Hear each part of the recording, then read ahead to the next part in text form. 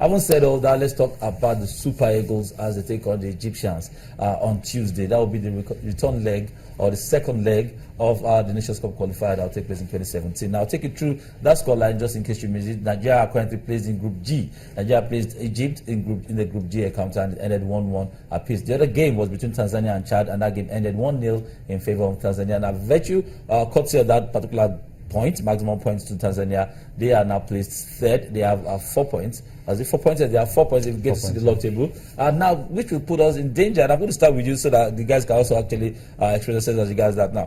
Tanzania plays third. We are second with 5 points because we had a draw.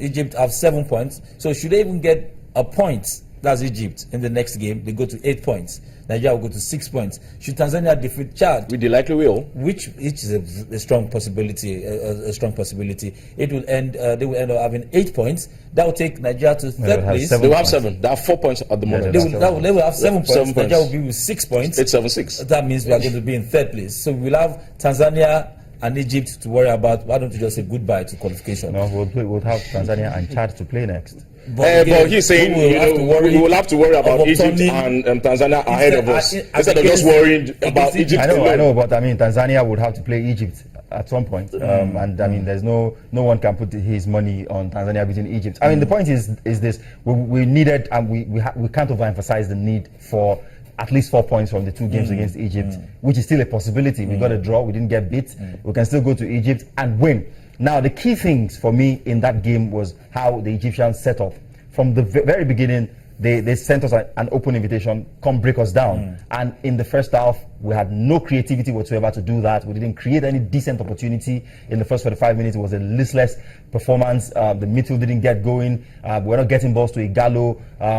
When we did, it was easily snuffed out. But in the second half, it was a much improved performance, especially using the pace of Moses Simon, Etebo as well. And of course, Kelechi Iheanacho had an anonymous first half, also sparked to light and started to play, those tricky 1-2s around, in and around the box. Nigeria started to fashion out opportunities. And on the balance of play, Nigeria has every reason to feel like we lost 2 points because we should have won that game. Aside the first goal, we should have scored at least one more. Victor Moses on one occasion rounded the goalkeeper, and I thought he should have taken the shots maybe 2 seconds earlier than he actually did before the ball was cleared on the line. And then we paid dearly for it by trying to play the offside trap. I don't understand who does that in the 92nd minute or 91st minute of play. And you saw, I mean, we keep saying these cliches, loss of concentration and all whatnot.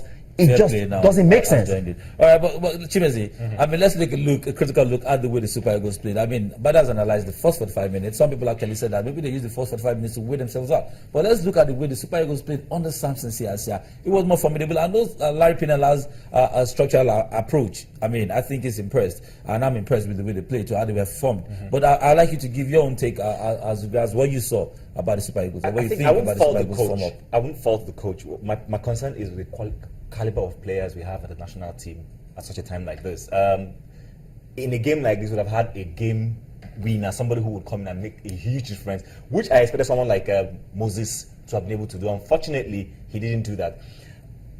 I believe we'll still probably get to the points that we require. I'm very optimistic. Do you think we'll still qualify? I believe we can go to the so-called Lions den and tame the lion. Okay. But it's beyond the Egyptians. We still have Tanzania. We have Tanzania and Chad to actually worry about. Definitely. Tanzania is coming to Nigeria to play, if I'm not wrong. And I don't see Tanzania coming to Nigeria and then we're going to Chad. All right, guys, quickly, what do you think? What should we expect going to Egypt? Going to the game against the Egyptians? Almost the same, but we should be a little bit more pragmatic now. As I said on another platform with you, as I was sharing with you, I thought Siasa's team was a lot more structured in terms of a flat 4-3-3. We saw all the 2 fullbacks, Stanley Amose and Shehu Abdullahi, on the flags of the central partnership of Efe Ambrose. I thought Efe Ambrose was a little bit suspect. With Obabona, the understanding wasn't so there. Carl Ikeme made saves, particularly in the first half. It may have been worse than this, but he made a couple of saves. In the middle, Mikel Etebo and Iheanacho, they didn't understand themselves so much in the first half. But in the second half, Etebo improved greatly, doing the box-to-box thing, while Iheanacho also improved. And then on the flags, Moses Simon and Ahmed Musa, Igalo was a little bit, he didn't get the supply. He was a little bit cut off. But in the second half, I thought they improved generally.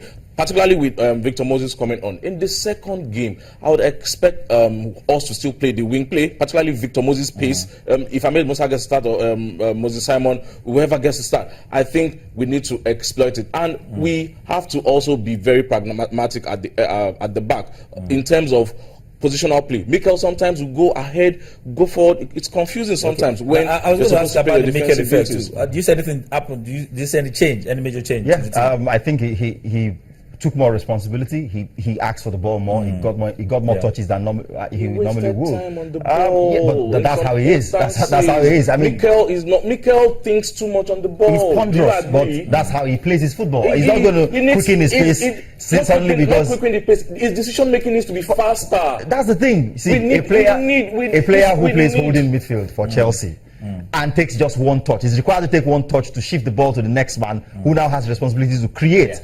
Comes to the national team and you play him in a position where he needs to hold the ball, look up, and create. It becomes a challenge. Takes one touch too many. I was going to say, here's what will happen in Egypt.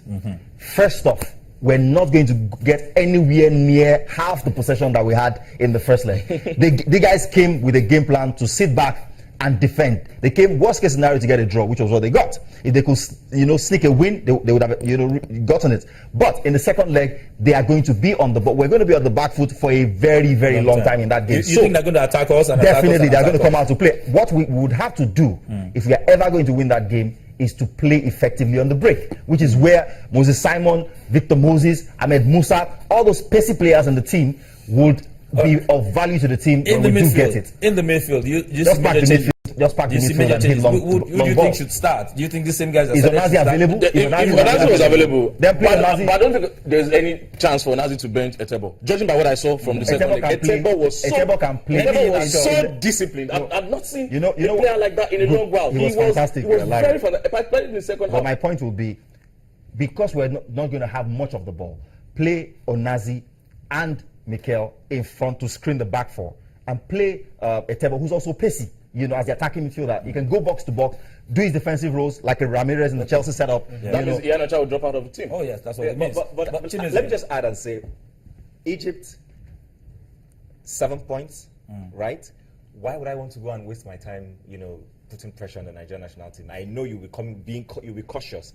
They could easily go there, play safely, get another draw, and get past you, and then deal with the smaller teams. Because personally, I think the Egyptians are able to deal with the smaller teams and they're able to deal with the bigger teams. Nigeria has a problem dealing with the smaller teams and they have dealing with the bigger teams.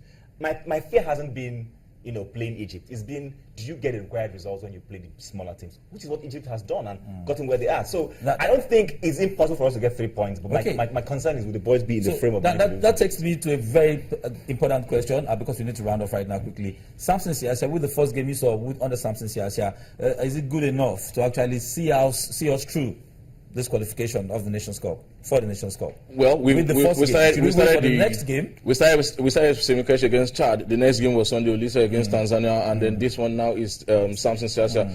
How often are we going to change coaches? I think he should stay, particularly in the interim, and see how well he can guide those guys. Siasia is a brilliant attacking coach.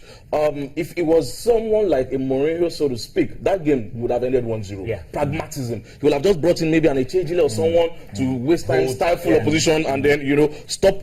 You're leading 1-0, and we kept on trying to get the second goal, the third goal. That is Siasia for you. He brought on Iwobi, brought on Victor Moses, brought on all attackers. A defensive manager coach will have brought on and stifled this. He's a striker, but that's Siasia, and I don't blame him. I don't blame him at all. 1-0 is not a guarantee. Very true. And he kept on, trying to be positive. Bada, your thoughts on? Well, I'll be delighted with the point in Egypt. If we're able to steal 3, it'll be magnificent. But we would need to set up differently. We would have to have a solid defensive base. And then we would have to hit on the counter with the pace of Ahmed Musa, Moses Simon, and of course, you need a finisher, so Igalo would have to play a part in that. But, like I said, watch out, we're not going to get anywhere near half the position we enjoyed in the first leg because the Egyptians are going to set up differently. They're going to have the ball the most part, but are going to be need to be very shrewd when we've got it. Okay, all right, so hopefully we get 3 points in that particular game. We need to run off right now, but I would like to quickly, I'll tell you this. Games to take place in the Nations Cup qualifier. Group C will see Benin take on South Sudan. Group D will Botswana taking on Comoros. Group E will be Congo taking on Zambia, and Group H has Mozambique playing Ghana. Now, the Super Eagles will take on the Egyptians, Pharaohs of Egypt, on Tuesday. That will be a later game. The first game will be between Chad and Tanzania. Tanzania will be playing at home to Chad. Will be hosting Chad. That's it, the fixture on your screen. The results of the games that were played previously was Cameroon 2-2 with South Africa, DR Congo 2-1 with Angola, Burundi 1-3 with Namibia, Cape Verde lost by Longo to Morocco, and Seychelles played 2-0 over Lesotho. Yeah, very quickly, the game Egypt-Nigeria actually is actually for 6 p.m. But I saw arguably one of the best goals I've ever seen in qualification in the Cameroon or South Africa game. The second South Africa goal, it was David Beckham-esque, if I can say that. From the South African half, the guy saw the goalkeeper off his line and he lobbed the ball over his head. Fantastic. Hopefully The Scouts Award. They can keep that up. I'd like to thank you guys. Always a Fantastic. pleasure. Thank you for coming to guys. Thank you also for being a part of the segment. We'll go on a break, and when we do come back, Kenneth Chonago will be back, take you through the rest of the show. Join us again.